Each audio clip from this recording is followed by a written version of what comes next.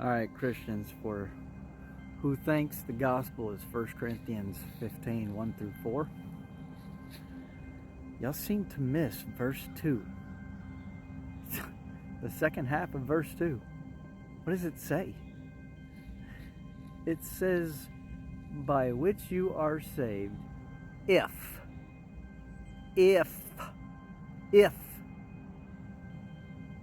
you continue to do the things that Paul taught you to. But yet you don't understand between the two different laws Paul is always referencing? Because I know you see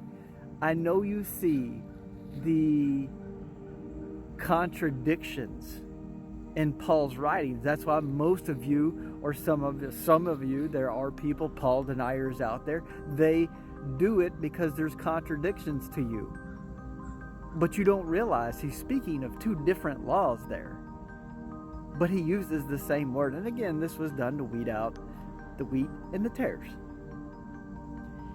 What was taught to Paul? Because it's not Paul's doctrine. He even says right there in verse 2, it was given to him. If you continue to do the things that he taught you, that was given to him. What was given to him?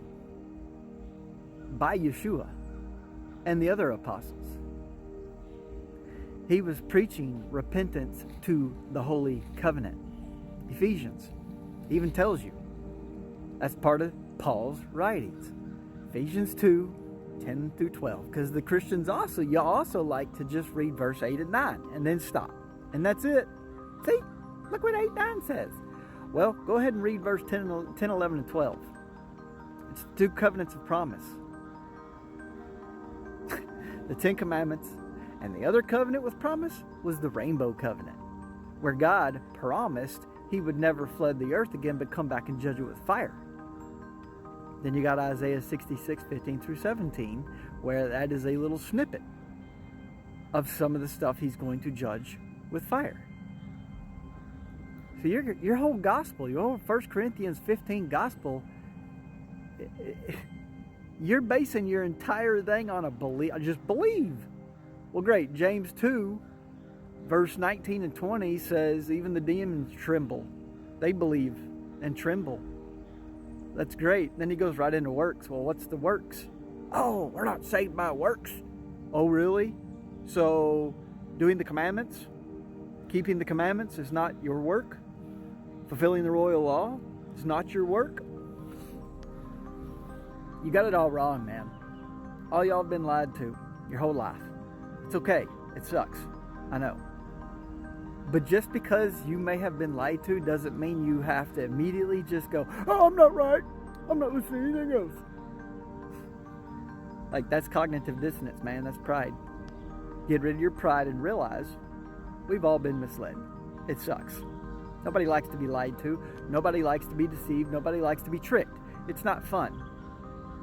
When somebody plays a practical joke on you, it's not fun for the person that's receiving the joke. It's fun for everybody else. Well, guess who? Satan's back there laughing at you. Because he's the one that set up the practical joke to deceive you. You need to realize we've all been deceived. The whole world has been deceived but the very elect. And the reason the very elect aren't deceived is because the Father himself puts his Spirit in them, opens their eyes, and then we go and proclaim the truth to you. The watchman raised up in the last days, Isaiah 61, 52. Read it. Understand this is how it's working. So if somebody's preaching to you repentance to the Holy Covenant, covenants of promise, you better listen to them. Because they've been raised up by the Father in the last days before the sixth seal, tribulation, to warn your butts before destruction and judgment comes. It would be wise for you to take heed to that.